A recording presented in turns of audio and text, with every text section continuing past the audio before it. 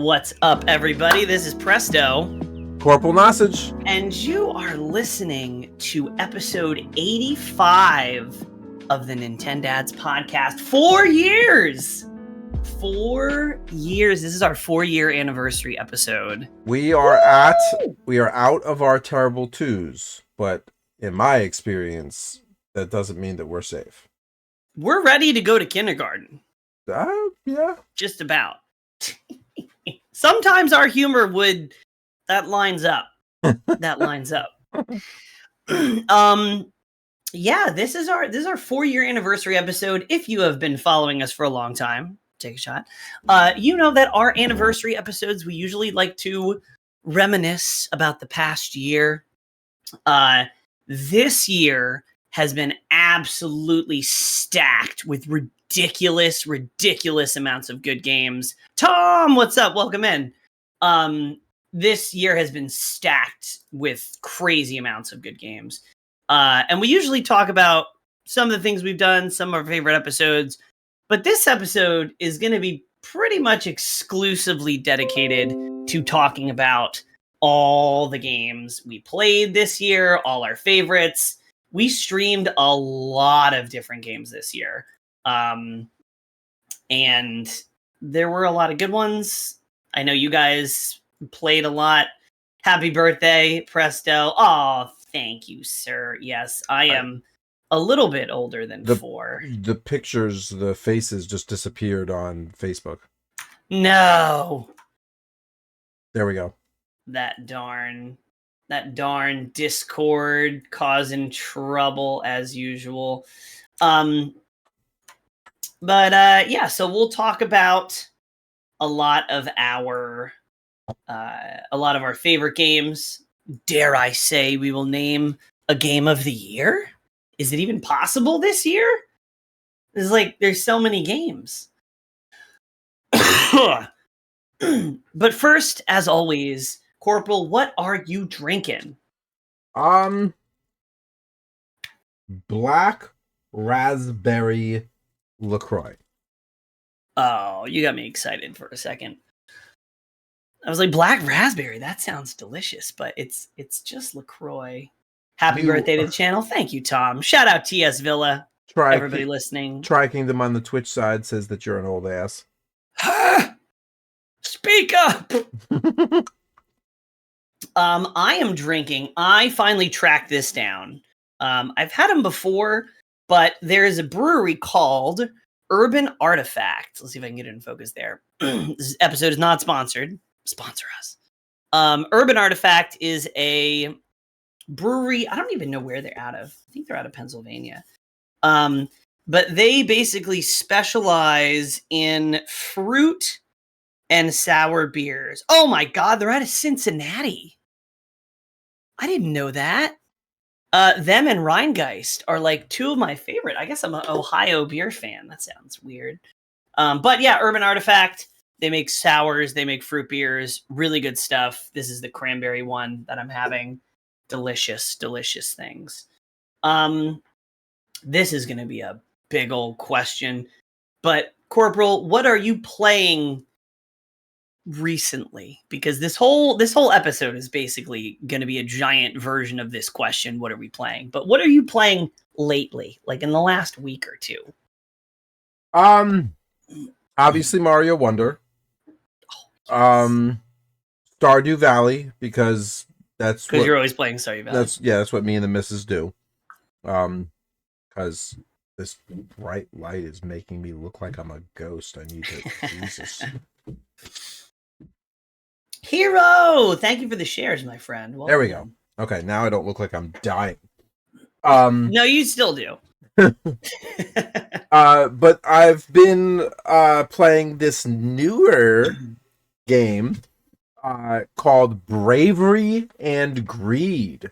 Oh, is it new? When did it come out? Fairly recently. It came out like a couple of months ago, I'm pretty sure. I beta tested it, or not beta tested. It was a demo. It was a demo weekend, I think. So kind of a beta test. No, initial release was November 15th of 2022, but I think that was the beta And then it became a across all platforms and not cross-buy, but across all platforms like a couple months ago. Because I don't think it was I don't think it was available on the Twitch. On the Switch. Wow. So Bravery and Greed is kind of a side scroller-esque. It's got some Diver Dave's Deeper Discovery for T.S. Miller. That's right. I have been playing Diver Dave's game. Yo, I completely forgot about Diver Dave. Keeping us honest, chat. Yep. Keeping us honest. Bravery Greed, it's kind of like a side scroller. There's 4 playable characters, and you can play online with your 4 friends. It is a roguelike, first and foremost. Yeah. It is a roguelite. And each character has different skill sets, different attacks, and you can pick up different weapons, different gear, and different jewelry to upgrade your character. But yeah, it is a roguelike. So you fully die, then you restart. But your progression level saves, but you have to still start over from the beginning. Thus, the roguelike elements. But it's a lot of fun.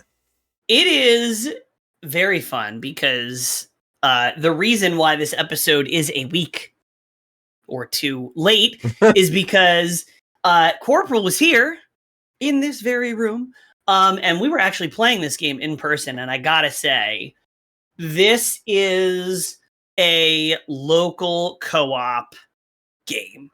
We played, I think, we did it with 3 people. I think it was Yumi and Nick Yeti had a couple runs. And it's very fun. I can't attest to how the online gameplay is because we haven't tried it. Maybe soon, maybe coming to a stream near you. But yeah, it's very fun. It's I enjoyed it. And Tri Kingdom, you're right. It sounds like the same shit with just a new game. It does have a lot of the similar game elements as other games in its genre. It's just a new skin, but I enjoyed it. The card system in order to add difficulty or perks to your playthrough is interesting. So you can collect and unlock different types of cards, and you can choose which cards you want to activate depending on how difficult or how much assistance you want. There are some cards like you can earn 30% more gold, but every enemy is 2 levels above you, or whatever. So like there's different things that are there. It's pretty interesting. I enjoy it. I wouldn't say it has a ton of new ideas. Like there's nothing that you can point to just be like, this has never been done in a game before. Yeah. But it's like a nice sampler platter of elements and concepts and mechanics from other roguelites that are kind of neatly packaged into one. Mm-hmm. I would say. I know Nick loves Rogue Legacy 2, and he said it reminded him of that. It reminded me of a little bit of Dead Cells, because it's an action RPG. So, hey, Kyle, what's up? It's been a while. Yeah, welcome in. We are celebrating our 4-year anniversary by talking about all the games that we played and loved this year. And we're right at the top of the episode, so you got here just in time. Welcome. What else? Was that your conclusion? What have you been playing? Oh boy. Well, I've been playing a little Mario Wonder, a little less Mario Wonder. Honestly, a little less than usual. I have been playing, shout out to Nick Yeti, because I've been playing this this week. Actually, before I get to that, I did play the finals. I played a little bit of the finals last week, which is fun. It's a battle royale. It's a first-person shooter. Extremely sweaty, but fully collapsible or fully destructible environments. So it's pretty cool. It's pretty fun. It's in beta. They're still doing a beta playtest, so it's not fully launched yet. But it's pretty fun. It's worth a try if you like battle royales, which I don't. But I still had fun with it. What else have I been playing? Risk of Rain returns. Thanks to Mr. Nick Yeti. Got it for me for my birthday. Birthday. I think it's like $14 on the Steam store right now. because it just came out yesterday on my birthday, so I had to get it. And it is a remake, remaster. There's some extra bells and whistles and balance changes and things from the original Risk of Rain. It's a 2D side-scroller roguelite. It's hard. It's challenging. But you get your survivors, you get all different abilities, you get game modifiers. It's very fun. Corporal, I do think you would like it a lot. Oh, really? But okay. If you get it on PC because it's not crossplay. Oh, Nothing okay. is crossplay. I would say get it on Switch because it would be an excellent game to play on Switch, especially on handheld. But me and Nick Yeti have it on PC. And we actually might play a little bit of it after this episode. I miss your Monster Hunter videos. Play Crash Bandicoot and PlayStation 1. It's fun. Hero, happy belated birthday, Presto. Thank you. Yeah, so Risk of Rain Returns is super fun.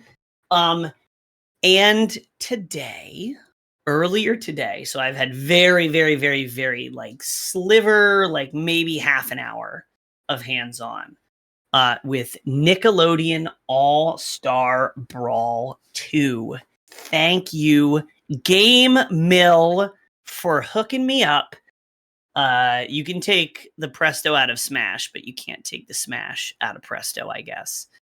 So this is the sequel to the previously launched Nickelodeon All-Star Brawl, which I played, I hyped up, and was ultimately a little disappointed in. This is the new version, and I requested a review copy because Craig, thank you for liking the stream on Facebook. It's been getting really good reviews. Got a 9 out of 10 from IGN. They had a bigger budget and have voice actors this time. They rebalanced and redid all the characters. They added full crossplay between all platforms except the Switch for now, which I'll get into in a second. And the netcode is actually good this time around. They promoted great rollback netcode the first time, and that was not really true. But this time, I haven't tried it online yet. Like I said, I'm just sort of learning the controls again. So far, it's got a good level of polish. I will definitely be talking about that in a full review, either in a standalone episode or a standalone video or in an upcoming episode. But from what I've seen so far, it has depth, if nothing else. It seems a little bit slower and a little bit more intentional than the first one. But every character seems to have their own unique mechanic. So my first question is, are all of the original playable characters from the first game available in the second game? No. Ew. But the starting roster is bigger than the first game. Whatever. So there's no Oblina. There's no. So I already see Craig in chat saying so wrong, and then saying somebody wants to smash you because you said taking the smash out of it. Regardless of the roster and the characters and all this other stuff, we can dig into review. But if my big thing that I would take away is the first game was fun but flawed. Yes, I think that's it's accurate. I also think that the first game had a strong nostalgia factor, but was a bad execution of a concept that is already well done. We can debate that on Nintendo. So my question is, do you think that they have fixed themselves? I can't say for sure, but from what I've heard, they have addressed every complaint that was in the first game. The first game's main complaints were that the online was bad, which apparently they've fixed. I don't know yet. There was no voice acting, was a weirdly major complaint. Every character is fully voiced most of the time by their original voice actor. So SpongeBob has SpongeBob voice lines by the SpongeBob voice actor. So while I agree with you, the voice actor thing was an odd complaint. I think the reason why it was a complaint that got so much weight is because a lot of these characters are long-time nostalgia child boost for a lot of these players. So it would be great to be able to rehear those people again. So I understand the complaint, but I'm sorry, I interrupted you. Go on. The move sets, I remember a week into the game, it was me. I was playing me and our friend Chris, aka Foe, and it was him trying to do Cat Dog's like 2 moves versus me, Oblina, trying to do Oblina's 2 moves. And if you went online, you just got mashed out by Aang, the avatar, doing his. So it was like every character had like a very similar plan of attack. Yep. And it was really simple and really fast and really frustrating to play against if once you knew how to do it. And so apparently they fixed that because the movesets are reworked from the ground up. It's more balanced. There's more nuance. There's more depth. They added a slime meter, which is probably the most interesting part mechanically. Also the most nostalgic. Yes, the Nickelodeon slime. So you have a slime meter that builds up over time, and you can use it defensively. So if you get launched and you have enough slime meter, you can stop your momentum and save yourself. You can use it offensively, so you can use it to power up your moves. And if you save it all the way, you get like a super, like almost like an ultimate smash attack from Smash Brothers. But it's not like slime is a very precious resource. You can also use it to cancel out of any move. So if you're doing a big move and you want to hit and then combo into it, you can use some of your slime meter to cancel that and continue a combo. So it's interesting. I have no idea how to use it yet. I've just seen some videos on it. But so the moves, the online, the voice acting, and the overall sort of polish single player content. There's an arcade mode. There's like a roguelite story mode that you can do. That's arcade mode. So on the surface, it looks like everything has been addressed. Crossplay is a huge thing. I will refuse to allow any type of story mode added to this style of game unless I get a true, actual story from it. No, I won't say story mode. It's got an arcade mode. It's got a single player arcade mode, similar to Smash. I want SpongeBob to be under the sea hanging out with Patrick, and then all of a sudden sucked into a vortex, and somebody is like, I think it is. I think that's pretty much it. Have you played it? No. You sound like you're peeking at the script here. Well, we'll see. Sam, welcome in, Mr. 6 Foot Squirrel. Mr. 6 Feet Squirrel, welcome. So we'll definitely be streaming this next week. I will definitely be reviewing it in the coming weeks. Kyle is an interesting question. May I ask if you guys still play Monster Hunter? Freedom Unite. I've been grinding White Fatales for a while. No, the only Monster Hunter I play is Rise and Sunbreak. I have World. I've tried really, really, really hard to like World, and I will probably play through it at some point. But I haven't played any other Monster Hunters, believe it or not. Except Monster Hunter. Tri Kingdom is pointing out that you can now play Omni-Man in Mortal Kombat 1. I know. Guess who watched maybe 10 minutes of the first episode before I fell asleep? We tried so hard to get Corporal to watch Invincible, and he was so deep into sleep. Every 5 minutes, I would wake him up and I go, wait, you're missing it. Yeah, if there's... I'm still so tempted to get Mortal Kombat. Tri Kingdom says that show is great. So I guess it is. I watched the first episode of the new season, and I'm chomping at the bit for episode 2. I guess I need to watch it. It's so good, Corporal Dagnabbit. It's very gory for a cartoon, though. I will say. I mean, have you watched The Boys on Amazon Prime? It is an animated version of The Boys, basically. I mean, I'm fine with that. It's great. Okay, so that's what I've been playing. Is there anything else I've been playing? No, that's pretty much it.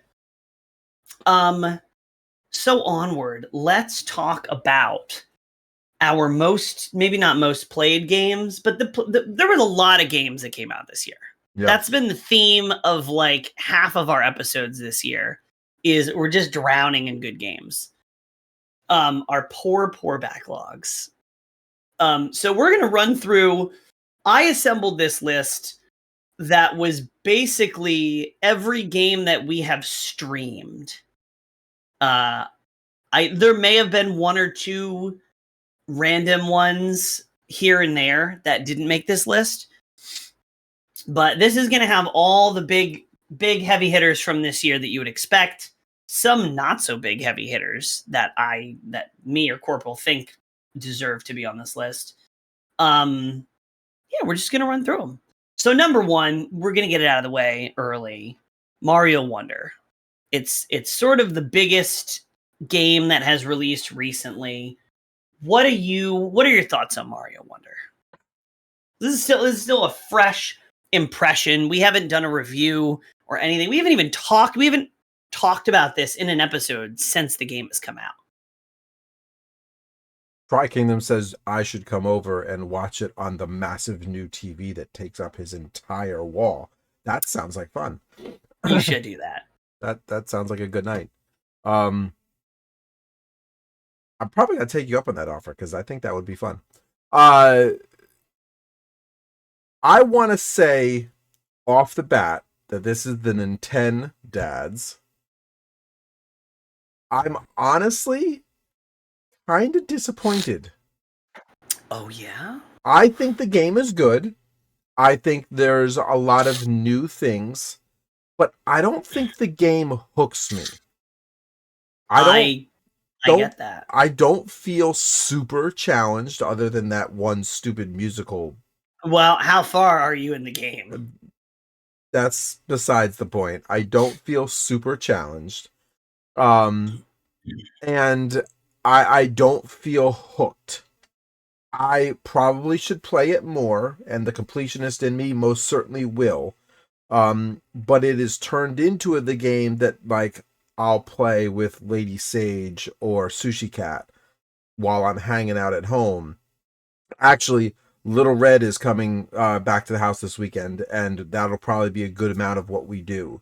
So there'll be some couch co-op going on. But I'm not like drawn to it. Yeah, I get that. I call it the itch. There's certain games that you play that give you the itch, and the itch is that urge to play it, right? Mm-hmm. When you're not playing it, you're thinking about playing it. You're thinking about when are you going to get time to sneak in and play it. And a lot of games on this list are very, very, they give you that addiction, right? Itchy. Very itchy. They're very itchy. Mario Wonder, I did have a bit of an itch because I think unlocking badges is a big thing for an itch. Sure. Unlocking parts of the map is a big thing for an itch. I will say it's probably the best game, the best 2D Mario game since Super Mario World. I don't know if I like it more than Super Mario World. I feel like we should have a new scale for how we grade games by their itchiness. By their itchiness. Well, there's plenty of games that are not that good that are extremely itchy. Yeah. But it's more like a rash. I mean, Bravery and Greed, we just talked about that. I have a super itch to keep playing Bravery and Greed. Well, roguelikes are designed to be itchy. Sure, but it's by no far shape or imagination going to be the best game of the year or get any accolades for itself. When we review games, we should have gameplay, all the standard categories. What was the top three? Well, do you remember our last time we discussed this? Oh, graphics, story, gameplay, and mechanics. Gameplay mechanics. Yeah. Gameplay mechanics, story and characters, and graphics. And music. I think music would fall under graphics. And then itchiness. It's a great game that is so not itchy for me? Tears of the Kingdom, which we will get to. But Tears of the Kingdom was a great game. 0 itch. Yo, can Very you little imagine itchiness. that episode was last year? Really? It's not on phase 4, which means it has to be on phase 3, which was last year. Interesting. We're old. My God, we've been doing this too long. Mario Wonder is good. I need to finish it. If you, I'm sorry, I'm gonna plug us for a second. If you have not watched the graphics mechanics story episode, it is a great argument episode to have. To listen to. Yes. Oh, we get into it so hard. It's great. So that is an all-time great episode. I would love to have our fan base rewatch graphics mechanics story episode and give us some of their own personal viewpoints. Because that could be a conversation piece. That's a debate for the ages. Villa says 10 out of 10 elephant. And Kyle wants to know, where did you get that Wolverine sticker on your wall? It's actually not a sticker. I'm going to slide over here. If you're jumping over to the Twitch side, there's a guy in chat. His name is Tri Kingdom Gaming. He's a super cool, rad dude, but he actually gifted this to me for the show. It's actually made of plywood. And there's a story behind. Actually made of adamantium. There's a story behind it. The artist who makes this, and Tri Kingdom, correct me if in the comments if I'm wrong, but he has no fingers. I don't know if he was a veteran or if he was born this way, but he has no fingers, and he does all of his artwork through his handicap. Things are cut and then painted. And he can ship them and makes all sorts of them. In fact, Tri Kingdom has his gaming room, and he's got a whole wall filled with all sorts of different ones. They're pretty cool. So cool. Mario Wonder. It's great. It's wonderful. It's a lot of good ideas. I feel like, and I did read this somewhere, so it's not an original idea. I feel like the team at Nintendo carefully watched what people did in Super Mario Maker 2 and just like took some elements from that and directions from that and said, what do people like to do? And they just made goofy, crazy, off the cuff ideas. I can't speak to the difficulty yet because I haven't done any of the like max level difficulty things in the hidden world yet. But Mario Wonder is a solid Mario game. It's just I'm not always in the mood to play a 2D Mario platformer. You know what I mean? Okay. There's certain games like Monster Hunter that I'm basically always hungry for. Yeah. I'm always hungry for a good first-person shooter, a good racing game. I have to be in the mood to play Mario. Can I say something that for me would be controversial? Oh, yes. This Mario Wonder is most certainly a game that I should have purchased as a cartridge. So I told you to. So I can return it. I told you to. I will say this is the absolute rarest of rare instances that I prefer to play this game in multiplayer in online versus local co-op. Local co-op, really? Local co-op is so much more stressful because whoever the person with the crown is, the primary player, often drags the second player to their death. Really? Yes. Have you not played a lot of... I've not played any local co-op. I've only played online the co-op. Oh, get ready. When you play with Little Red, you better hope that he's playing at a slow speed, because if he's the first player, he will dust you. I play with my son, who is 6, who does not understand the concept of, wait, hold on a second, there's something over here. Nope. By the time I get to the end of that sentence, he is 2 screens ahead of me and I'm dead. So yes, the online is actually way, way easier. There are levels that I had to skip that we could not do in co-op, that were a breeze in single player, a breeze in online co-op, were absolutely horrific to try and do locally. And I can't really think of many other games that are like that. I will say the race, the ability to turn any level into a race in online multiplayer is really cool, and I really want to do that more. Kyle, Tri Kingdom posted his gaming wall on Discord, so if you join our Discord or if you're in our Discord, God, he's got such a nice setup. You can check out his setup there. And the guy who made the Wolverine, as well as all the other characters, his name is Junkyard Palette Signs, and he's on Instagram. Yeah, those are really cool.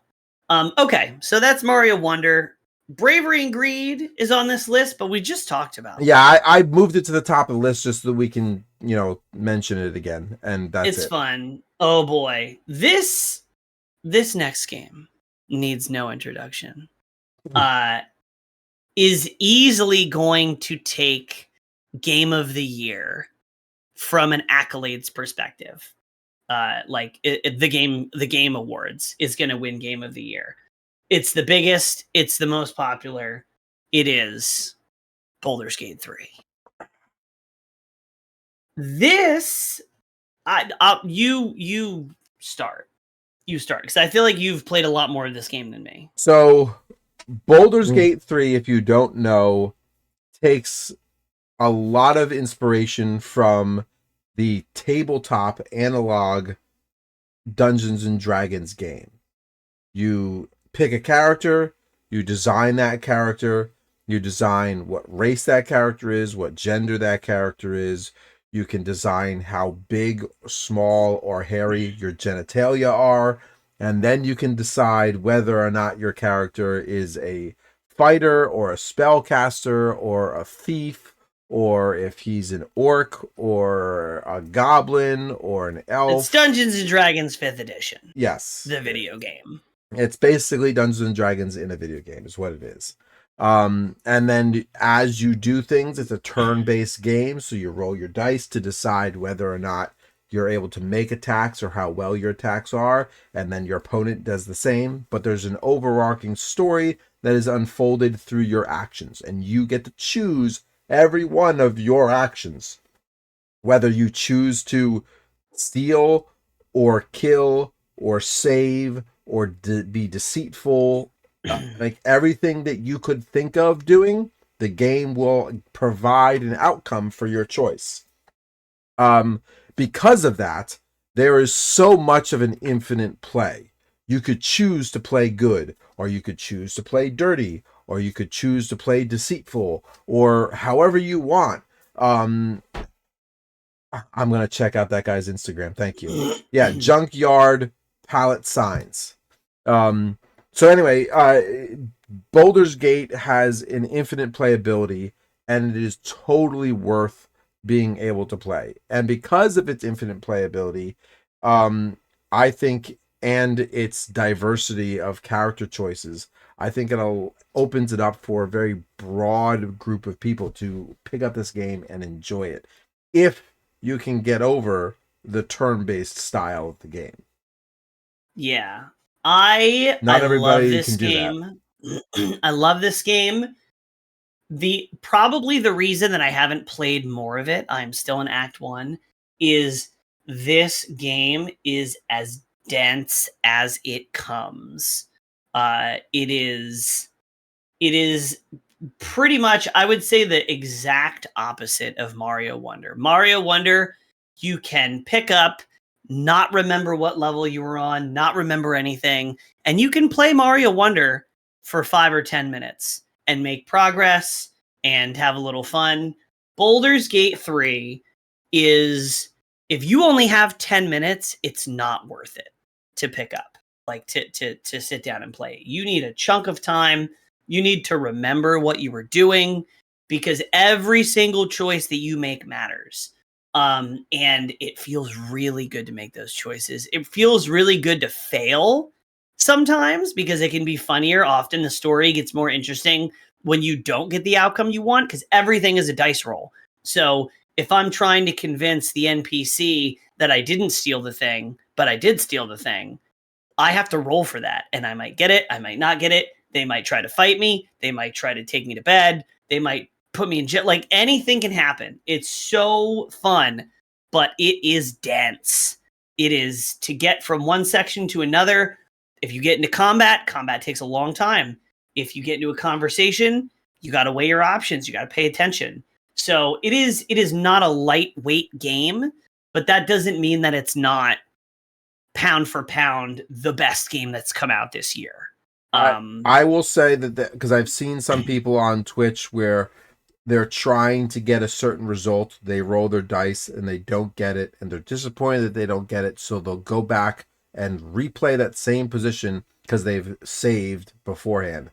And they're save scumming. Yeah, I am guilty of this. So while I understand the need and the desire for this, and sometimes I've done it as well, Presto's right. The ability to fail and just learning to live with the outcome of your failure can create some of the most challenging moments and therefore the most enjoyable moments of this game. And it's in your failures that you're able to then decide how good of a player are you at this game. And you have to allow yourself to do that. Yeah, I am constantly like, it does have an itchiness factor to it. Like, anytime I think about Baldur's Gate 3, it makes me want to play it. Anytime I hear somebody talking about it, anytime we're talking about it right now, it makes me want to play it. The problem is I need to clear an hour or two out to make any meaningful progress. Yes. Because a fight, if you turn the wrong corner, make the wrong decision, you could be in a fight for a half an hour. And if you could easily fight, and this has happened to me, which is sort of a drawback. I have gotten into fights that lasted 20, 30 minutes, and I lose those fights. And then I have to load the game, and I either have to try and make a different decision, or I have to do the fight again. So progress can be a little painfully slow at certain points. And if you're in the middle of combat and you have to leave, when you come back, unless you remember everything that was going on, you're screwed.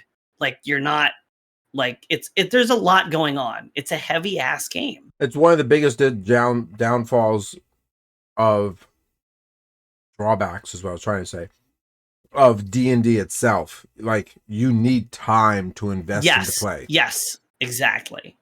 It is faithful to a fault to D&D. Yeah. I will say quality overall, I mean, it's going to win Game of the Year. There's no way it's not going to win Game of the Year. Can we just point out, before we move on to the next game on this list, Baldur's Gate released with almost no major flaws.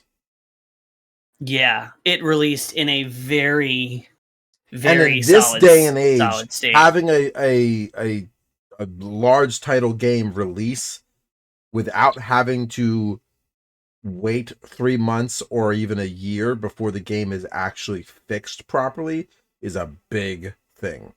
Tri-Kingdom has a different opinion about Baldur's Gate and says that it's a lamer version of Final Fantasy 14. Final Fantasy 14 is an MMO. It's a lamer FF14, he says. That's the big flaw of turn-based games, yeah. Yeah.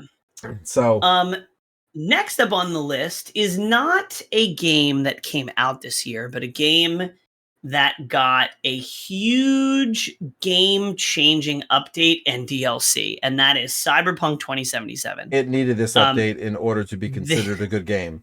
I'm just saying. I've always loved this game. I have the art book somewhere. I think it's still downstairs. It is an amazing game. It is now a complete game. The 2.0 update completely changed it. It's like playing a new game, playing it on the 2.0 update. Phantom Liberty is supposed to be one of the best DLCs ever made. I have not played it because I am not to that point in the story, and I didn't want to skip ahead. I want to do the whole thing. It is really good. It is really, really itchy once you get into it because it's an RPG similar to D&D where you get experience points, you get abilities, and part of what makes the 2.0 update so good is they reworked how skills and abilities and upgrades work. So they're not just passive number buffs, they're like actual things like double jumps and like reflecting bullets and stopping time and like all this crazy stuff. So Cyberpunk 2077 is one of my most satisfying and itchy games that I've played this year. And if you haven't played it yet, because it released and it was a mess, I would highly, highly, highly encourage you, specifically you, Corporal, to get this game and play it. It's on sale all the time. Like, just wait a couple of weeks and it'll probably be on sale. If you want me to have some free time, then I shouldn't pick it up. It is worth it. It is. I would put it, even though it's been out, replaying it again with the 2.0 update, I would put it above half the games on this list easily.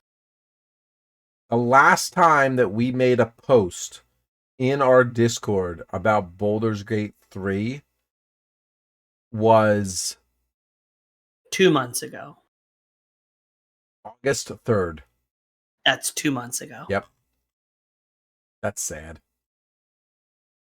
We'll get it. We'll get back into it. We're going to do our co-op thing. The thing is, though, in our co-op campaign, we have already accidentally permanently killed one of the NPC companions. That is a major person in the story, and I didn't even know that he could die. Oh, did we? Yeah, we killed Will. We killed the Warlock. And him being a Warlock and his patron and that whole thing is like a pretty important part of the story. And are you saying that we should replay? I don't know. I don't know what it means to have killed one of the main NPCs. Milo, welcome in. Hey, what's up? Anyway, what's up? Forza Motorsport. This one will be pretty fast. Forza Motorsport is a serious racing game for serious racers.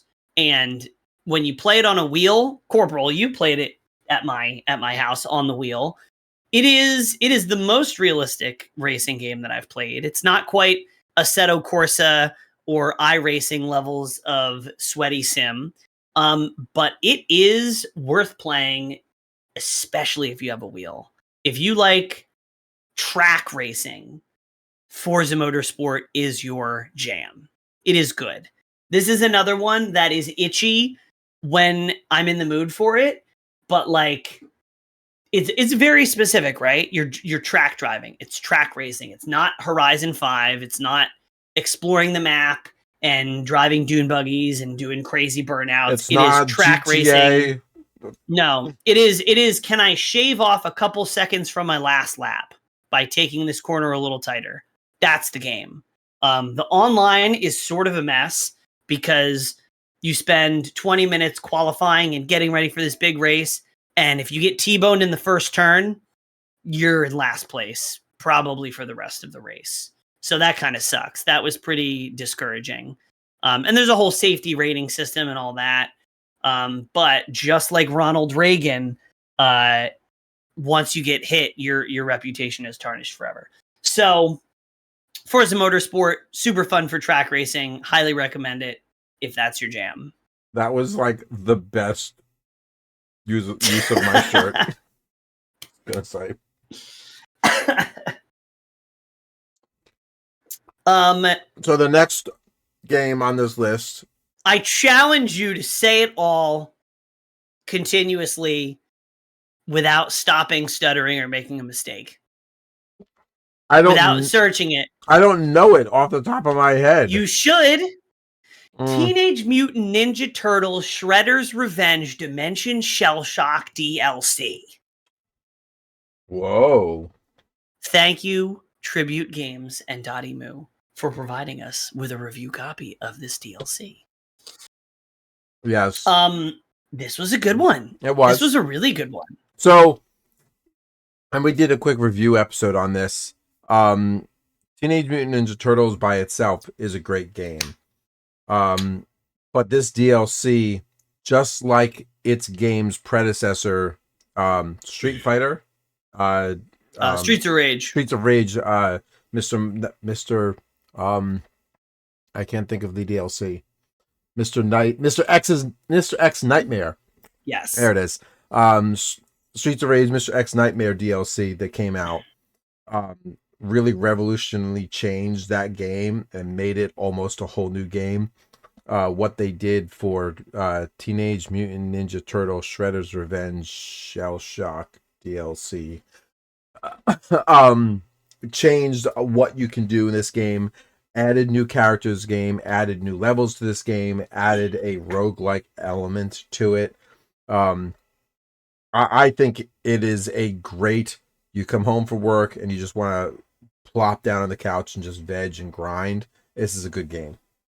Yes, yeah. Also very fun for local multiplayer because it really captures the spirit of those old school arcade machines, specifically Teenage Mutant Ninja Turtles. But yeah, the survival mode is great. Old school art style, the side scroll action. Like, if it wasn't for the fact that I didn't have a joystick and I'm standing with a quarter on the panel, it's as close as you're gonna get to that old nostalgia game. Super fun. The survival mode is challenging. It is a good party game. It's not. It is a quarter eater. It's a very good party game. Which we should have. I suggested that we played it. That we play it when everybody was here, and we didn't end up playing it because it was just chaos. And you can play 6 players at one time. Yes. Well, you can play 6 players at one time. Can you see what's going on? I have with played, 6 players. I have played 6 players at one time on an online party up, and let me tell you, it was intense. Tri-Kingdom has cried to you at least 3 times in chat that he wasn't invited to your birthday party. So I'm just letting you know. Oh no. That's your jurisdiction. You're in Florida. Another banger of a DLC, Dead Cells Castlevania DLC. This was one of my most anticipated things going into this year, and it did not disappoint. I love me some Dead Cells. The Dead Cells Castlevania DLC. I mean, it's Dead Cells was made and was heavily inspired by Castlevania. So the fact that they ended up going full circle and doing Castlevania DLC for this game was so cool. Like, the levels are really authentic, the enemies, the power-ups, it's just so good. It was delicious. It was wonderful. If you like Metroidvanias and roguelikes, Dead Cells Castlevania DLC is the easiest and, my opinion, still one of the best games on Switch is Dead Cells. I love Dead Cells. I'll go months without playing it, and I'll pick it up, and I'll be itchy all over again. I think I'm offended that you said that when I know that you love Hades more. They're so different. Dead Cells, the reason I like Dead Cells is because it is pure gameplay, right? It's got pixel kind of graphics, which are excellently done, but I wouldn't say that's a strong point. There's a story that's in there that is a good story, but you really have to dig to get it. But it's pure gameplay. Hades, also incredible gameplay, but Hades, the voice acting, the characters, the story, it's a more balanced game. I would probably say, I don't have my Switch in front of me, but I would probably bet that I have more time in Dead Cells than Hades. Really? Yes. I would almost guarantee it. Trikin that says, I thought we were undercover lovers. Listen, I've known this man since 5th grade. You can't break up a first love. Time. I'd honestly be interested to see what your Dead Cells and Hades game time is. I have a feeling that Hades is going to edge out Dead Cells. I could be wrong. You think I've played more Hades than Dead Cells? I think you played more Hades than Dead Cells. But when we get to the next game on this list that I will have nothing to say about and you will have everything to say about, I will run and quickly get my Switch and we will see. But my money is on Dead Cells. Okay. I think I've definitely played more Dead Cells because Hades came out. I played it a lot. I've played it over the years, but Dead Cells has gotten updates and Dead Cells got Castlevania DLC. Dead Cells has had more love and attention over time than Hades. Okay. Even though I got Hades first, I've had Hades longer. So it'll be close. I mean, our top games of the year. I'm just saying. Yeah, well, Hades didn't come out this year. But neither did Cyberpunk, neither did. But Cyberpunk got an update. Everything else on this list has come out this year. Okay, all right. Monster Hunter Now. Monster Hunter Now is the mobile version of Monster Hunter, very similar to Pokemon Go. I had to put it on this list. They sent me a nice package. Look, They did. Niantic, very good at taking care of its fans. I still like Monster Hunter Now. I'll still load it up. It's a mobile game that you play when you're out walking your dog, picking your kid up from school, doing the things. It really encapsulates a lot of the Monster Hunter dynamics, and it has caused a ton of people who have never played Monster Hunter to buy and play specifically Monster Hunter World, believe it or not. Ew. What do you mean, ew? You ew. It's a lot of people, Monster Hunter Now, besides it being its own game and its own ecosystem and everything, it has pushed a lot of people, myself included, to, well, I'm always revisiting Monster Hunter every couple of months anyway. It has caused a lot of people to either go back to Monster Hunter or play Monster Hunter for the first time. It's a good entry point. It's so much simpler and easier than the actual games of Monster Hunter. But it's good. It's a faithful game, I think. I really don't have too many complaints about it. It is what it is. It's a mobile game, and the gameplay is a lot more simplified than the actual Monster Hunter games. But for what it is good. It is good. Okay. I will say. Street Fighter 6. Opinions. Street Fighter 6 is the fighting game that I have enjoyed the most in a very long time.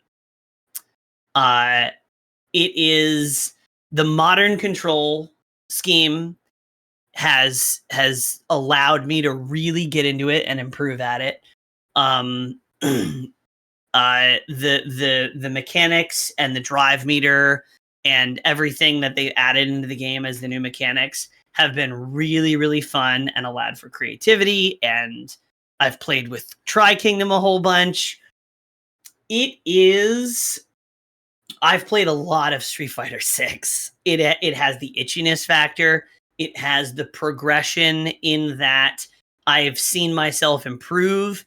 I wish the roster was a little bit bigger. They're adding 4 characters this year. They've already added 2. So I'd like a little bit bigger of a starting roster. But with a fighting game, like, a small starting roster isn't necessarily a bad thing because you have to learn all these characters. It's just good. The netcode is good. The graphics is good. The gameplay is good. The story is Street Fighter, so it's not, anything to write home about, but it's a fighting game. So what do you expect? I love Street Fighter 6. It's really good. It's an excellent fighting game. It's the most fun that I've had playing a fighting game since Guilty Gear Strive. And I probably enjoy it more than I did Guilty Gear Strive.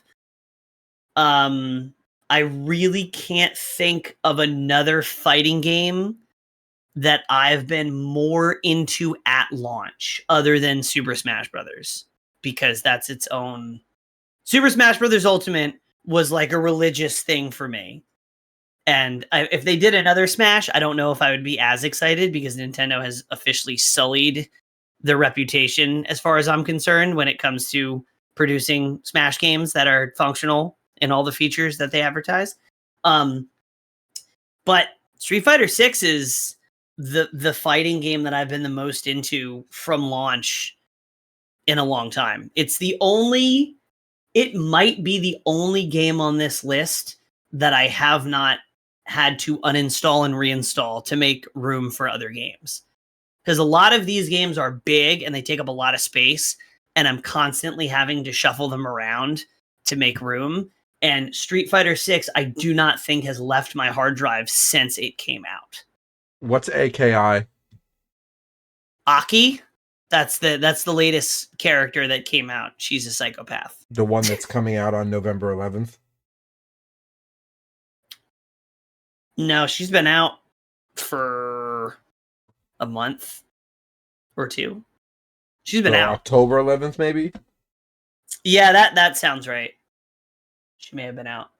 We don't know. November 11th is her birthday. Oh, yeah, I did see that. I did see that post. She's crazy. Tri-Kingdom is letting us know, or letting me know, because I clearly don't know. There are a lot of crazy people in Street Fighter. She is the craziest. She's nuts. I love it. It's fun to play, too. She's like a poison character. Yeah, Street Fighter 6. Oh, the woman with the weird hair. Got it. Yes, yeah. She does have weird hair. I have to say, she looks like an umbrella. Least weird thing about her. Her hair looks like an umbrella. She's a snake. She's basically a snake person. Oh, okay. Okay, I'm going to go run and grab my Switch while you gush about this next thing. And you have to include whether you think this game is going to play like a potato on the Switch or if they actually going to do a good job at the port. Because that's coming out in a week. Yeah. So, one of the other games that came out this year, or big top games of the year, is Hogwarts Legacy. Now, I'll have to say, from a social standpoint, Hogwarts Legacy took the world by storm. So many people had opinions because of this game. Opinions because of the Hogwarts series. Opinions because of their political views based off of the founder and creator of the Hogwarts stories. Their opinions on how good this game was, and their opinions on how many people wanted to play it but couldn't because it hadn't been released on their system yet. And as it got released on other systems, then more opinions came out. And yes, as Presto pointed out, this game will be released on the Switch, and there will be opinions about that as well. It's going to be a fact whether it plays at if it's 12 frames. Yeah, it's per second. It's not going to be pretty. I don't think I would enjoy playing it on the Switch. I enjoyed playing it on the PlayStation 5 though. I thought it was an amazing game. Let me tell you, I can't even count the amount of times I came home from work and Lady Sage was on the couch grinding away at her character. She beat that game before My Name is Jeff or I even got a chance to. So I was this close to getting it, and I think I didn't because there was something else coming out. It came out right before a bunch of other games, so I was like, I don't need this game in my life right now. But the combat and the creativity of stuff that you could do it looks so fun. It looks so cool. You're gonna keep talking about Hogwarts Legacy while I run downstairs to get my Switch because there's a question that's in chat that we both need to answer. Okay. Keep going. Yeah, Hogwarts Legacy, a game I have not played. I think this will easily be on the list of nominees for Game of the Year. And there's a lot. There's a lot of games on this list. At the end, we're going to go through what we think are going to be the Game of the Year nominees.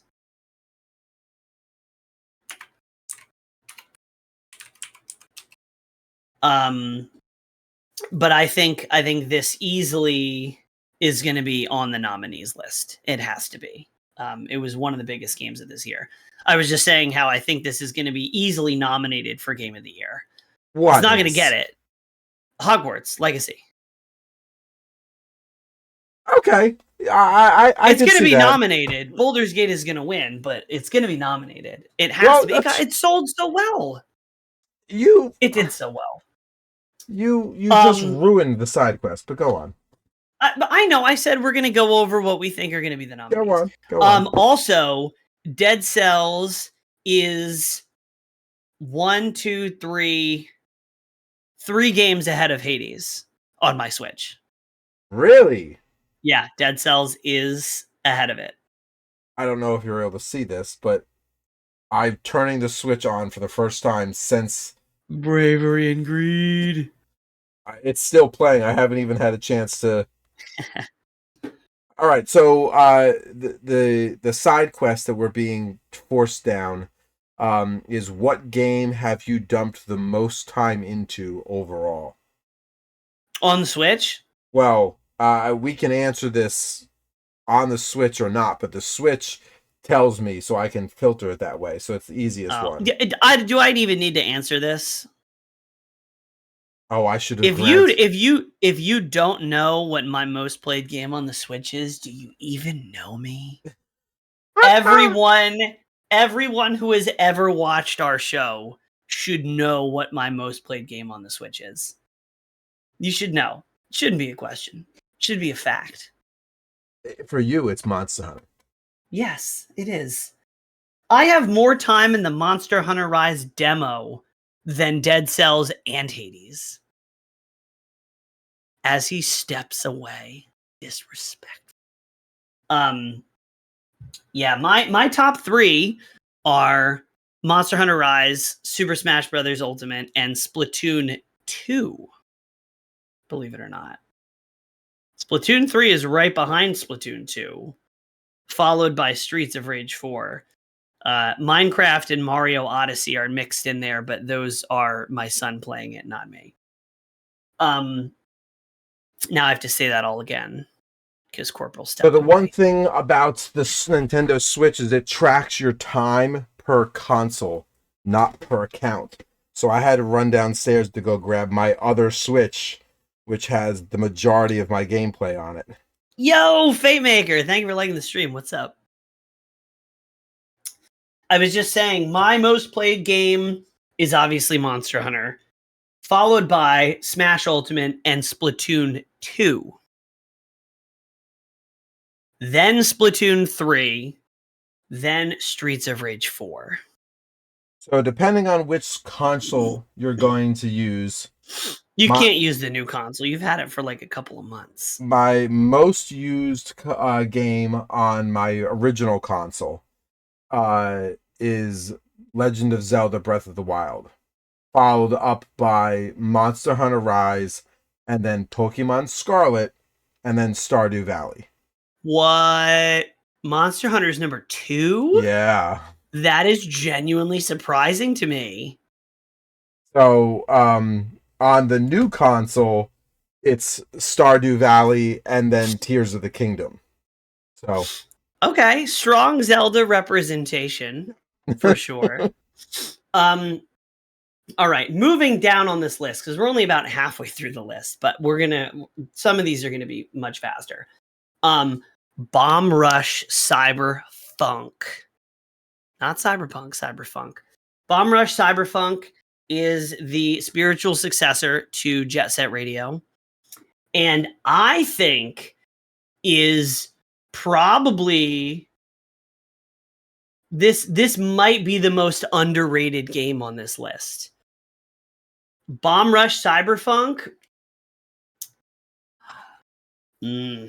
I would say I think I enjoy Bomb Rush Cyberfunk more than Mario Wonder. The hottest of hot takes. really? I think I like Bomb Rush Cyberfunk more than Mario Wonder. Wow. I think I mean, I definitely have more playtime because Mario Wonder hasn't been out for that long. And this might not hold true into the future, but Hitmaker apologizes for being late, but he was on the phone with his cell phone company arguing with them for over an hour. oh, gross. That sounds Cell about phone right. companies are stupid. And he says, I just did the math. It took me 19.5 hours to platinum Spider-Man 2. Ooh. Wow, that's surprisingly quick. That's surprisingly quick for a big open world game like that. Yeah, yeah. Yeah, Bomb Rush Cyberpunk it's just pure fun, right? It's not particularly challenging. The story is kind of, that PlayStation 2, Dreamcast, like old school. The graphics are very old school, but it is fun as shit. And it runs at 60 frames per second, smooth as butter on the Switch. Try Game says his Final Fantasy 14 gameplay is 1,287 days worth of time. Wait, say that again? Final Fantasy 14, FF14, at 1,287 days worth of time. Not hours. You're sure that's not hours? It's days. I've read it twice. Oh my god. That is a lot. I didn't know you were into the game like that. I played a little Final Fantasy 14. It's cool. I like it. If I had a group to play with, I would probably play it more. And if it didn't have a monthly subscription, I would probably play it more. Yeah. But yeah, Bomb Rush Cyberpunk, absolutely criminally underrated game on the Switch. It won't get nominated for Game of the Year, but I would put it in my list of nominees for Game of the Year. I would consider it one of the best games that's come out this year. Speaking of games that won't get nominated, you want to introduce this next one? That won't get nominated? Yeah. Starfield. No, it will. It's maybe. Microsoft spends too much money in marketing dollars for it not to get nominated. Starfield is a great game. I don't think it's going to be Game of the Year. It's impossible. I think they hyped it up because they wanted it to be Game of the Year, but I don't think it's that good. I remember before it came out, everybody was like, it's Game of the Year is going to be Starfield versus Baldur's Gate. Starfield versus Baldur's Gate. It's going to be a huge divisive cultural thing. It's going to be so close. And then that's not going to happen. It's not going to be close. Starfield, I mean, I have not played it. I have Game Pass and I still haven't played it. Yeah, that says a lot. It's a great game. I mean, you get to build your own ships. I've seen a lot of creative opportunities. I just think that there are better spacefaring games out there that have been around longer. And No Man's Sky. I also think that Starfield promised so much, and so many other games, ancillary games that recently came out in that same genre, that provide more diversity of options and choices. So, Eric Drought, you go. Congrats on 4 years. Thank you, man. Hey, thanks. So I as well as I think Starfield is a good game, I don't think it comes close to Game of the Year. No. It'll be nominated. Yeah. Does it deserve to be nominated? It took 10 years to make. That counts for something, right? So the next game, honestly, God. The next game I honestly thought would have been nominated for Game of the Year, but did they put this in the toilet fast after release? Oh, it's B-Side. Eric, it's B-Side. It's Mr. Magic Man himself. B-Side. Yo, welcome in, B-Side Magic. How you doing? I didn't even recognize your civil name. Your government. Your government name. Is Diablo 4 Yeah. So I have a love-hate relationship with Diablo 4. Yeah. Diablo 4, obviously, when it came out, super fun, right? I still enjoy I started playing again recently, Season 2. I should have had that on my What Have You Been Playing Lately, because I did stream it this week, believe it or not. Diablo 4 has... how did I put it? Diablo 4, this is one of my famous metaphors, not food related, surprisingly, not food related. Diablo 4 is fun to play. The gameplay is fun, the combat is fun. But just like a car, there can be a car that is very fun to drive, but there's nowhere to really drive it.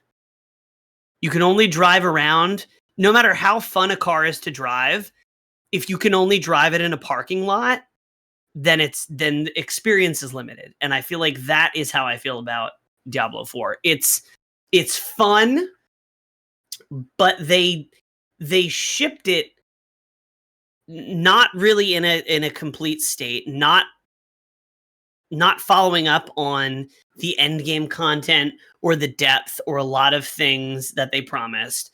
A huge turnoff to me was you spend dozens of hours farming gear, perfecting that build. You finally get it acting just the way you want. It's hitting that sweet spot. It's right in the slot, as Nick Yeti would say.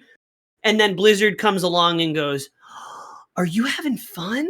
Are you having fun with that build? It looks like you got it really working. We're going to turn your weapons into overcooked spaghetti now. Have fun dying a horrible death." The first week that I met Tri Kingdom Gaming is one of the things that he said was that Diablo 4 was made for filthy casuals. And I immediately knew that he and Nick Yeti would get along. It was so fun at launch. Yeah. And then you got to the end and you're like, oh, they done did a Blizzard, because they are full of shit that this has a rewarding and in-depth endgame. No, it was like you got to 50 and leveling to 50 was fun. And then you played for a couple hours and you're like, there is an endless grind with no meaningful like progression. It's weird after your seeing max you without second your level. glasses on. I know. You look even weirder. You're blurry as shit.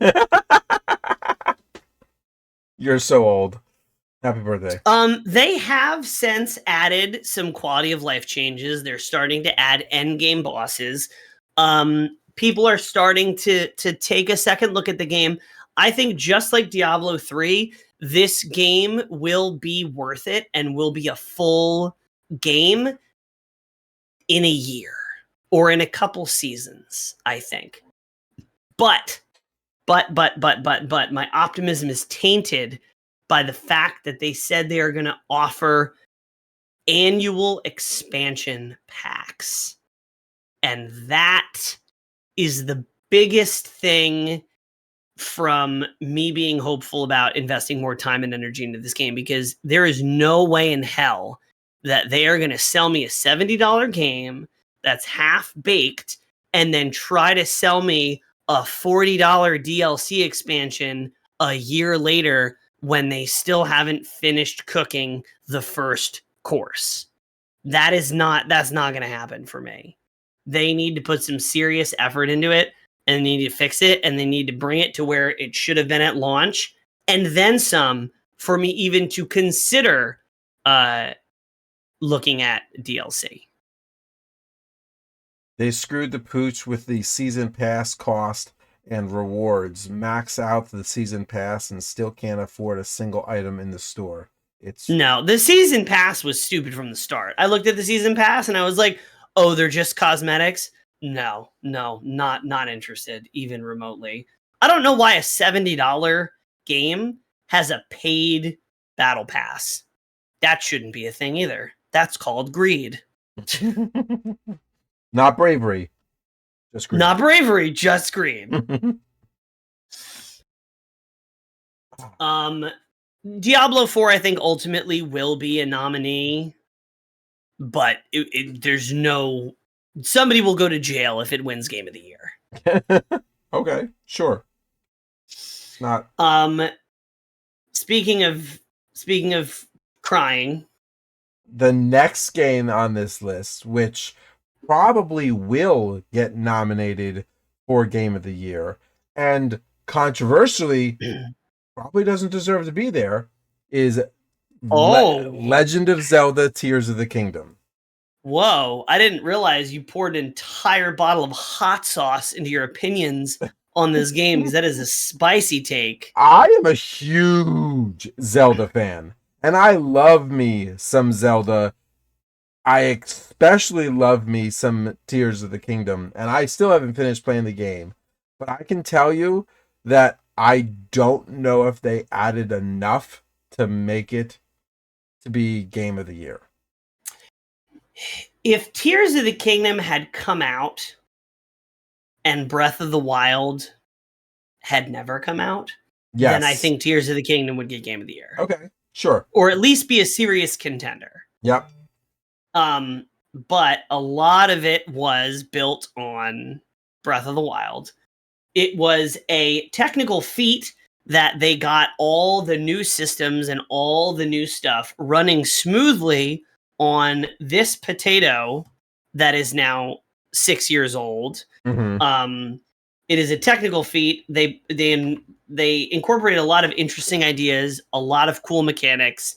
The game is fun. The game is expansive. But it rides on the shoulders of Breath of the Wild. Maybe a little too much. Like I said, if Breath of the Wild hadn't come out and everything in the Tears of the Kingdom was new, then it would be like super crazy revolutionary. But I think you can still see the roots that it started as DLC for Breath of the Wild. Like you can see it. It dyed its hair, but you can still see the roots. Yeah. Just a little bit. I think the I'm gonna call it the Underdark. I don't really remember what it's called, but yeah, that's from Baldur's Gate. I call it the Underdark too. The Below. I think the Underdark is an interesting thing.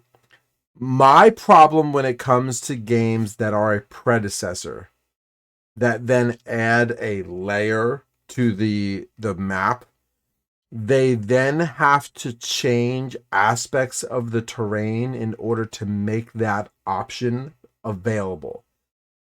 And now you have just broken away from the truth of the historical map that the prior game, the first game, came from.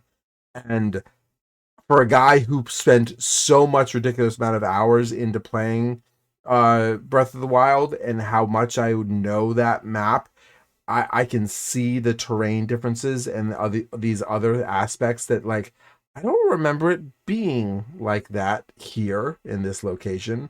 And it's, if this entire underground city had been here the whole time, there's no way that all of the events of the first game and the world that the castle and the kingdom had built would have existed without knowing that Underdark was there. It's been there the whole time. Yeah, it just doesn't make sense to me.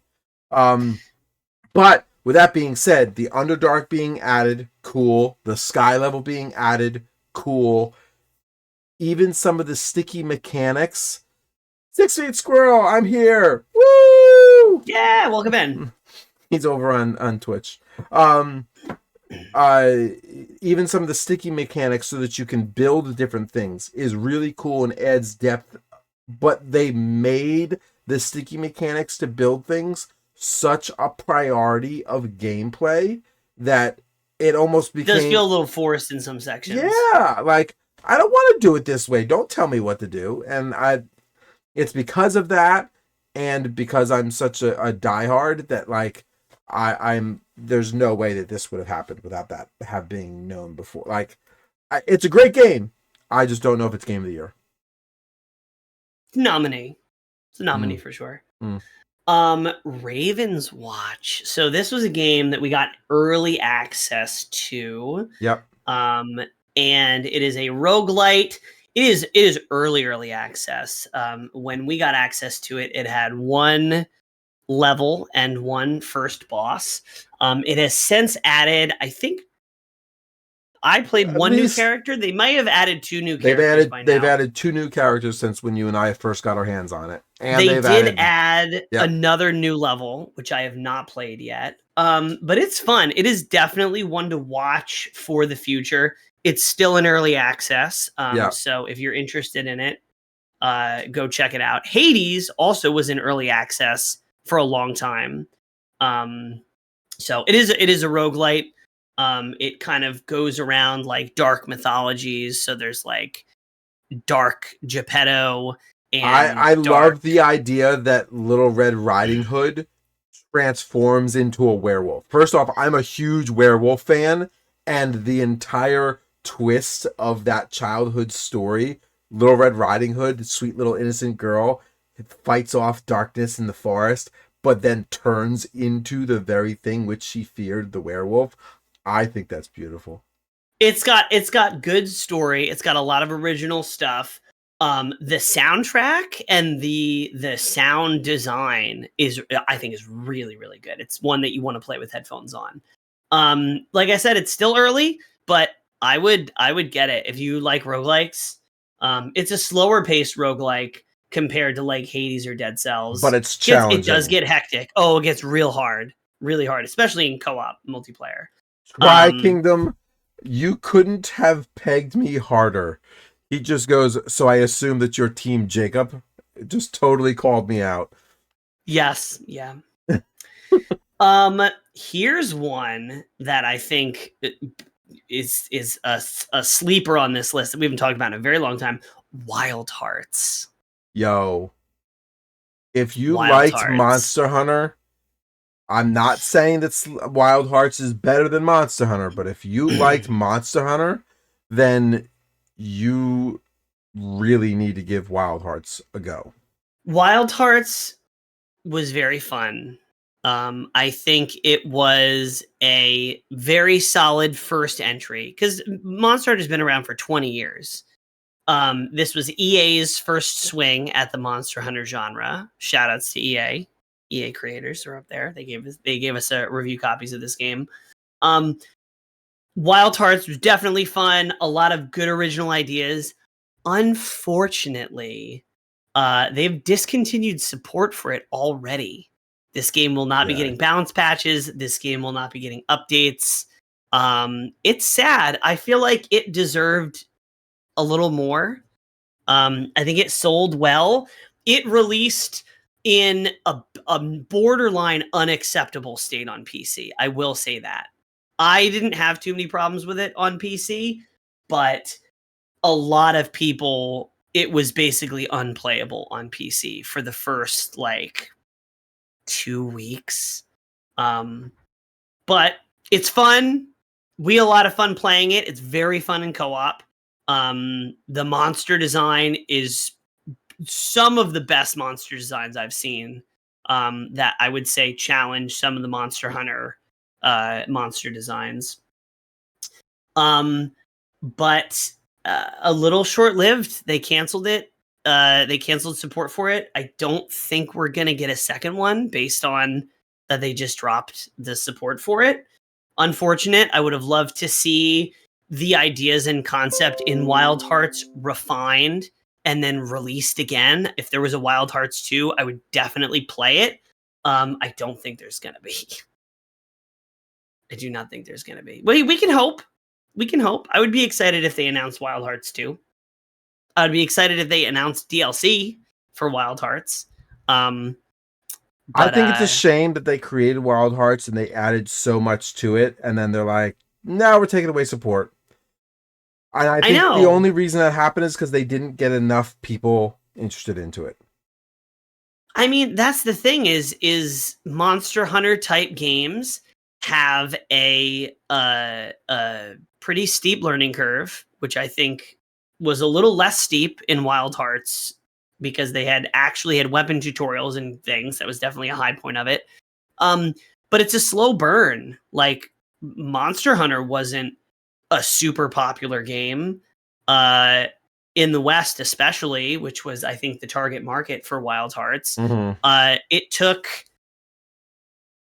like 15 years for Capcom to do Monster Hunter World, and Monster Hunter World ended up being their best-selling Capcom game of all time. So you can't pitch a perfect game on your first game, and I wish that they took that to heart a little more, because there's some good elements there, and I hope that we see more of it in the future. For some reason, I thought you were going to say pitch a perfect tent. And I was like, what? What? Marvel Snap. Marvel Snap. One of the most fun mobile games I have ever played, first of all. One of the most fun digital card games I have ever played, second of all. I liked it more than Magic the Gathering. I liked it more than Hearthstone. I liked it more than Legends of Runeterra. It was the most fun digital card game I've had. It definitely has problems with card acquisition and balance, and I think they have since sort of lost their way, and they lost a big portion of the fan base with some of the questionable updates that they did and questionable things around monetization. But damn it, if I didn't have a freaking blast playing this game when it came out and when I played it, I played a ton of it. I think Marvel Snap was an amazing concept and a great idea. I just feel like at the same time that the community was struggling around some of the developers' decisions, we also were struggling because of the partnerships that we were making with people within the community in order to grow, and how toxic that became and how it fell apart, that because the two things were negative, it just dropped us off completely. Yeah, there was Allie, thank you for liking the stream. Yeah, there was a budding competitive scene that unfortunately sort of fell apart. And then they sort of introduced their own sort of competitive scene and like a ranked competitive mode. And I couldn't tell you what became of that because that's around when I stopped playing. I don't know how much of a competitive scene there still is for it. Presumably some, because I follow a ton of people who still play it on Twitter. It's a game that I'll probably reinstall it one of these days. If I'm on like a trip or I'm stuck somewhere and I just have my phone, I'd reinstall it and give it a go and try it out and start from zero, basically. But yeah, it's fun. It deserves some praise for sure. I hope there's a revival of it someday. But yeah, definitely a big game that came out this year that I played a ton of. It's funny because I'm going to say something that probably won't be favored, but games that released that had a problem in development or post-release development problems were always the games that closed shop and released version 2. Nickelodeon All-Stars Brawl, case in point. There's several others. I wonder if they'll do a Marvel Snap 2. Because I don't see how they're going to come back from where they are. They just can't. It's a live service game. They'll do what Cyberpunk did maybe and do like a 2.0 update where they revive a lot of the systems, but it's a live service game. Like they're not going to it's going to be a thing until they drive it to the ground, they shutter it, or they do a whole I think eventually they'll reach a point where they'll do a whole big rebranding of it. They'll change how the logo looks. They'll change some core gameplay elements. And that will be enough to get people like you and me interested in it again and being like, oh, I remember this game. Oh, let's see what's new. But I don't think there'll be a Marvel Snap 2. That just sounds silly. It does. Like what, Addams Family? 2 snaps? No, get out of here. I'll make this point super quick. The Monster Hunter Rise Sunbreak continued to get updates through July of this year, and then we got a bonus super last Hazard Amatsu hunt, and I will say I thoroughly enjoyed every single title update that they released with Sunbreak. All the new monsters that they added, all the new challenges, is fun. I thoroughly enjoyed Monster Hunter Rise and Sunbreak, like 2 solid years of continuous updates and support and new stuff. Sunbreak didn't even come out this year, but I have to just like gush over it because the updates in themselves have been amazing to play through. And obviously it's my most played game on the Switch. So the next 2 games did not come out this year, but we played them this year. And this was the first time we had ever played like racing games on stream, or really like ever. I've never gotten into racing games. Forza Horizon 5 and Need for Speed Heat. So I will say that Forza Horizon 5 was a lot of fun to play. And because of the open world concept of it, was really great to just jump into and how beautiful it was. But I think I enjoyed the story and the competitive edge of Need for Speed Heat. But I will say I think I enjoyed the mechanics of driving in Horizon 5. Yes. I will say Horizon 5 is a driving game and Need for Speed Heat is a racing game. Okay. Yep. I super enjoyed Need for Speed Heat's system of driving at night and getting heat and getting chased by the cops. Like, that is one of the most fun driving game experiences, especially in multiplayer.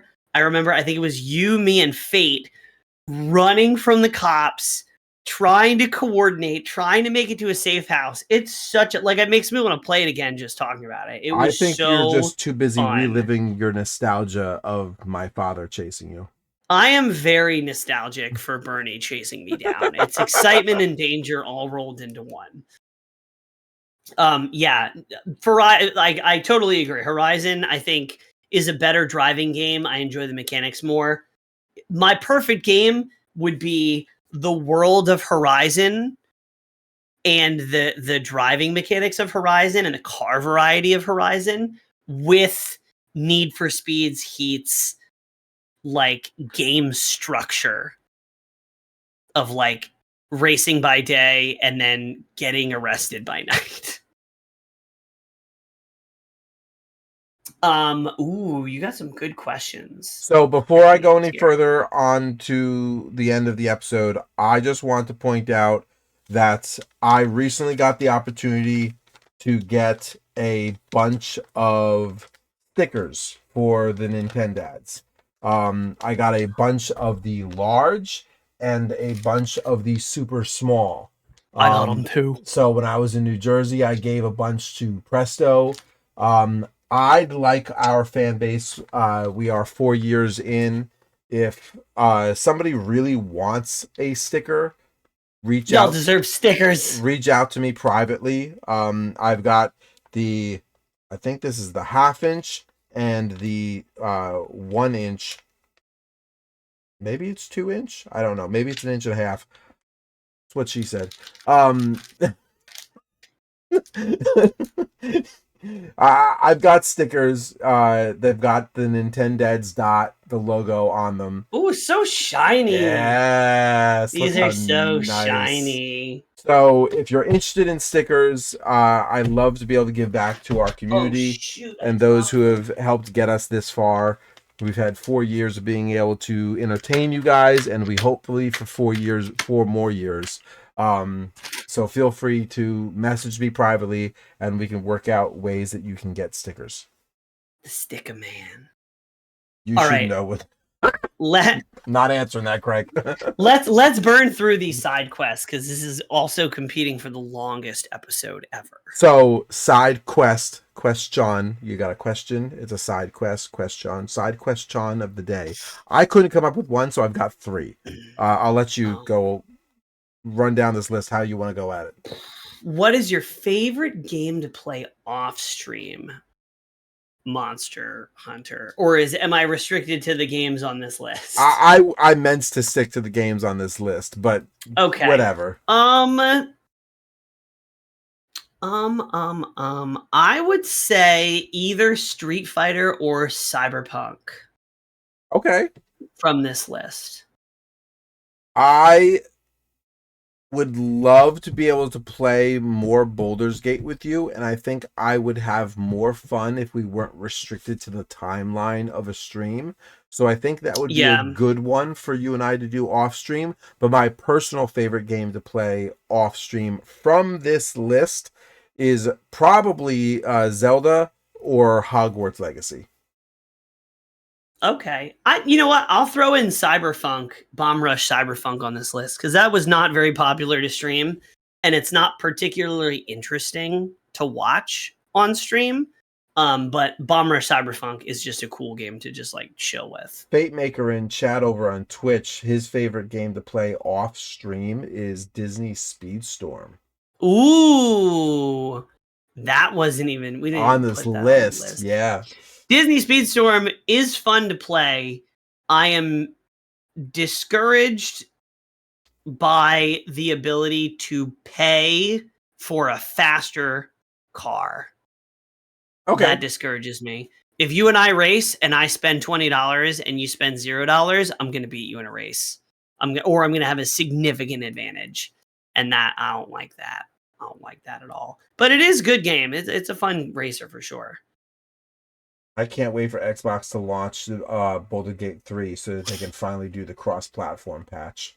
Yeah, I forgot about that. That will be fun. Yeah, we are going to have to start some new campaigns. We've made some promises to folks. Yes. When it gets crossplay.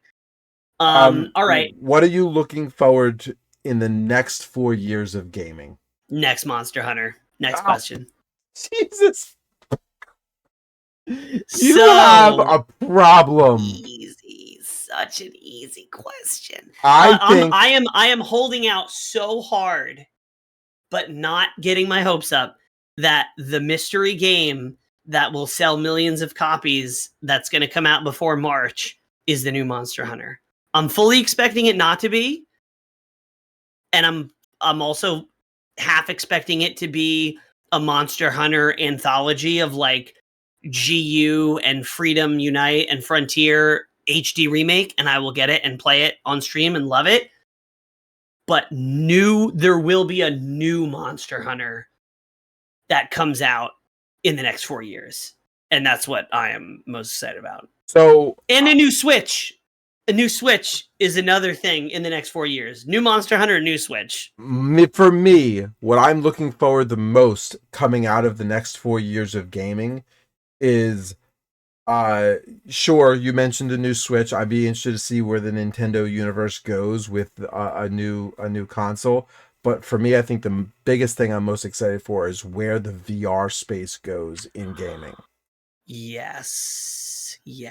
I have been on the VR train for 4 years. Yep. And it has barely left the station. Yeah. In those 4 years. In terms of hardware, yes. In terms of games, not really. Tri Kingdom says he's looking forward to PlayStation handheld. Oh, yeah. That's been talked about.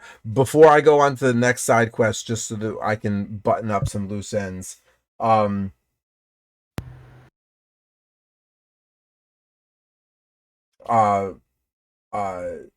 Maker says if you haven't played a monk in Baldur's Gate 3, you're missing out. You can have movement of 22 plus feet per round. Fate, one of my biggest things that I am upset with as far as as far as Baldur's Gate goes is that they have not given me the races that I want. I would love to have a monk, but I want my monk to be a rat, and they have not given me rodent races. I would love to have a barbarian lion or tiger, but they have not given me animal races. I would love to have a shark character, but guess what? They're not giving me the freedom. In fact, I would even love to have the ooze from the new the new release of I can't think. Plasmoids. The plasmoids, yes. Yeah, I want the plasmoid race, but you know what? Baldur's Gate, you didn't catch up with D&D, and this is my nerd coming spilling Let out me on top of you. interject. First of all, you want to be a lion, a rat, and a shark. It's called being a furry, and there's no shame in it. Second of all, you are the type of person that goes to a buffet and says, I want chocolate-covered lasagna. I want lemon lobster. I want food that doesn't exist yet. I'm not happy with everything. I want everything plus the everything DLC. Thanks. They have given us so much, but they didn't give me enough. You're crazy. What's the song from Hamilton? Clearly, I'm the Icarus who flew too close to the sun. My ambition has never been satiated. Whatever. Go on. Oh, anyway. You would never be satisfied. Yes, satisfied. So the last and final side quest. What is your prediction? Actual prediction for the Game of the Year and the Game of the Year nominees. So Baldur's Gate is going to get Game of the Year. Okay. I am could not be more sure that it's going to get Game of the Year. I agree with you on that. There's a go ahead. The Game of the Year, sure.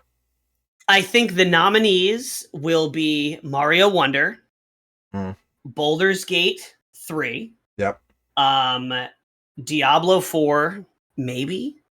Starfield, Tears of the Kingdom, and Resident Evil 4 Remake. Oh. It is not on this list because we did not play it, because I don't enjoy Resident Evil games. I floundered through the demo for one stream and realized that it was not for me. But I would be very surprised if the Resident Evil 4 remake was not nominated for Game of the Year. Hey, I'm going with Fate Maker. I think Spider-Man. Oh, and Spider-Man 2. And Spider-Man 2, yes. Spider-Man I keep forgetting 2, about it because it's a PlayStation game, but Spider-Man 2 is going to be on that list. Tears of the Kingdom is going to be on the list. Hogwarts Legacy is going to be on the list. and Hogwarts Legacy. Baldur's Gate 3 is going to be on the list. There was talk about the 2.0 for Cyberpunk, giving it a chance. I don't think it'll happen.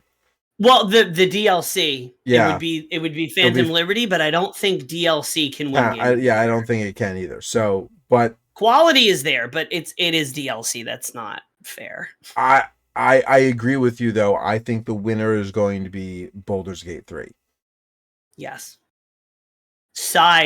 Bonus side question. What is your personal game of the year? What is the game that you love the most on this list? Not that you think is the best, not that you think was the most well done and offers the most. What game did you enjoy playing the most on the list of this year? And if there's a game that you played this year that you enjoy more than the games on this list, then you should have put it on the list.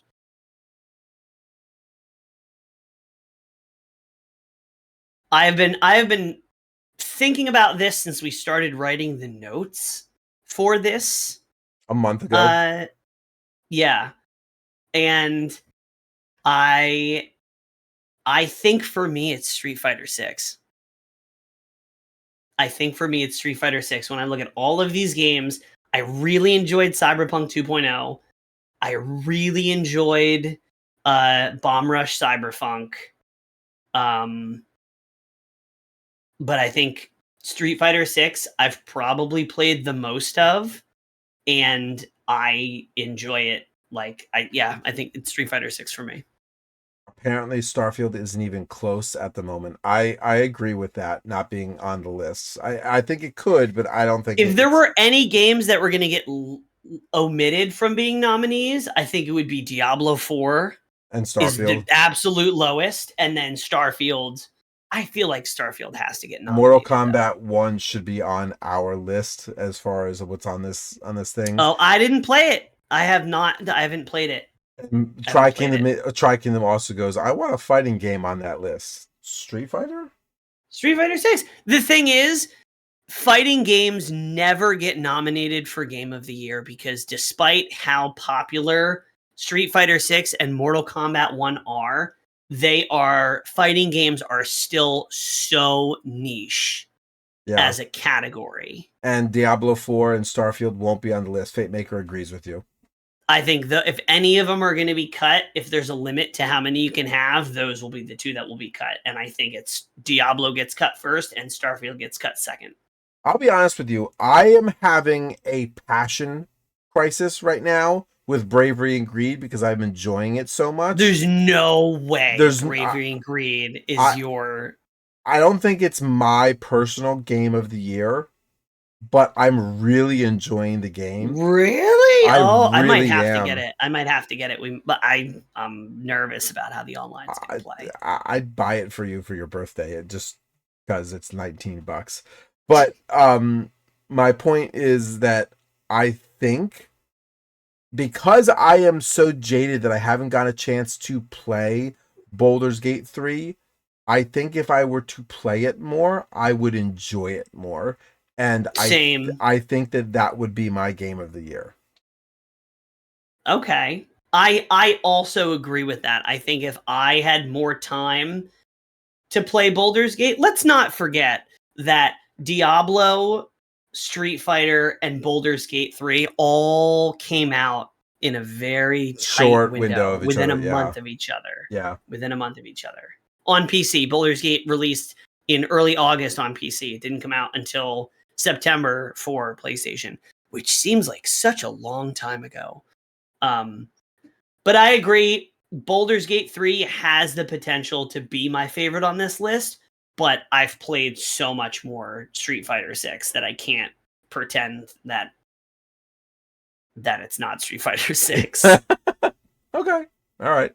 I really think Hogwarts Legacy has a chance just because it was socially, everyone in the world was talking about Hogwarts Legacy. Yeah. And you walked away at the moment that I made this comment, but people were talking about Hogwarts Legacy because it's a Hogwarts game, because of the political backlash around the creator of the game. Yeah, because it was good. It was because really of how good it was and all the hidden secrets that were in the game. Like, it was talked about for a lot. Hogwarts Legacy is pretty high up there. Aside from the fact that it's attached to a ridiculously popular IP, like the world of Harry Potter, if there was no such thing as Harry Potter and that game came out and they were just like, introducing the world of magic at Hogwarts, it would still be a good game. Yeah. Yeah. I think that's going to be high up on the list, but I really do think Baldur's Gate is going to take it. But your personal one, Baldur's Gate, in your heart? Yeah, I think that if I got a chance to play it more, because I really enjoy the game, and I really much should. What are you streaming this Sunday, huh? Answer me that. Is it going to be Baldur's Gate? I mean, I could. I guess. I could. Ain't nobody gonna stop me. You're going to end up playing Bravery and Greed. Let's not. Or Mario Wonder, because the kids will be here. Wonder. Oh, that's true. I want to see you get frustrated in co-op for the first time. No. Play the hardest levels in co-op. Listen, guys in chat, guys and gals, go ahead and drop in the comments what you want to see me play on Sunday, and majority rules. If you miss the opportunity to vote, go ahead and throw it in Discord. Yeah. Majority rules, I'll go ahead and I'll play whatever you want on Sunday. Risk of Rain returns. That's my vote. I would play Risk of Rain too. That's a good game. It just got DLC on consoles finally, like a year and a half later. Yeah, the Survivors of the Void came out on PC like a long time ago, and now it's finally here on console. And it's getting another DLC. They just announced another DLC. Wish there was a way I could unlock all the characters without having to break my neck. Oh my lord, it is hard. unlocking all the characters in Risk of Rain 2 is hard. It's even harder in Risk of Rain 1, believe it or not. I believe that. Is gross. All right, we are officially at the longest episode God. I think we've ever done. So possibly, yes. This is going to be fun trying to upload. I appreciate everyone who's came through to hang out with us for our 4-year anniversary birthday Yes, episode. thank you. There were a lot of faces in here that are not regulars. There are people that we haven't seen in a long time, so we appreciate you guys stopping through. Don't be a stranger. We live in the Discord. Yes. When I tell you, if you drop me a message in the Discord, I usually answer either within a couple minutes or within like an hour. Yeah. I'm not joking. That I'm you terminally always respond online. within the hour. So I'm terminally online. It's a sad fact. Everyone, follow us on social media: Facebook, Instagram, Twitter, TikTok. We got to grow our TikTok. Grow us, help us. If you follow us on TikTok, for every new person that follows us on TikTok and tells us in Discord that you're following us on TikTok, we will post a new video on TikTok. Okay, sure. I'm good with that. Yeah, I'm good with that. We'll do it. All right. Thank you. Thank you for hanging out with us for 4 years. 4 more years. Thanks, everybody. Have a good night. Corporal will see you on Sunday. I will see you on Tuesday. And bye. Game on!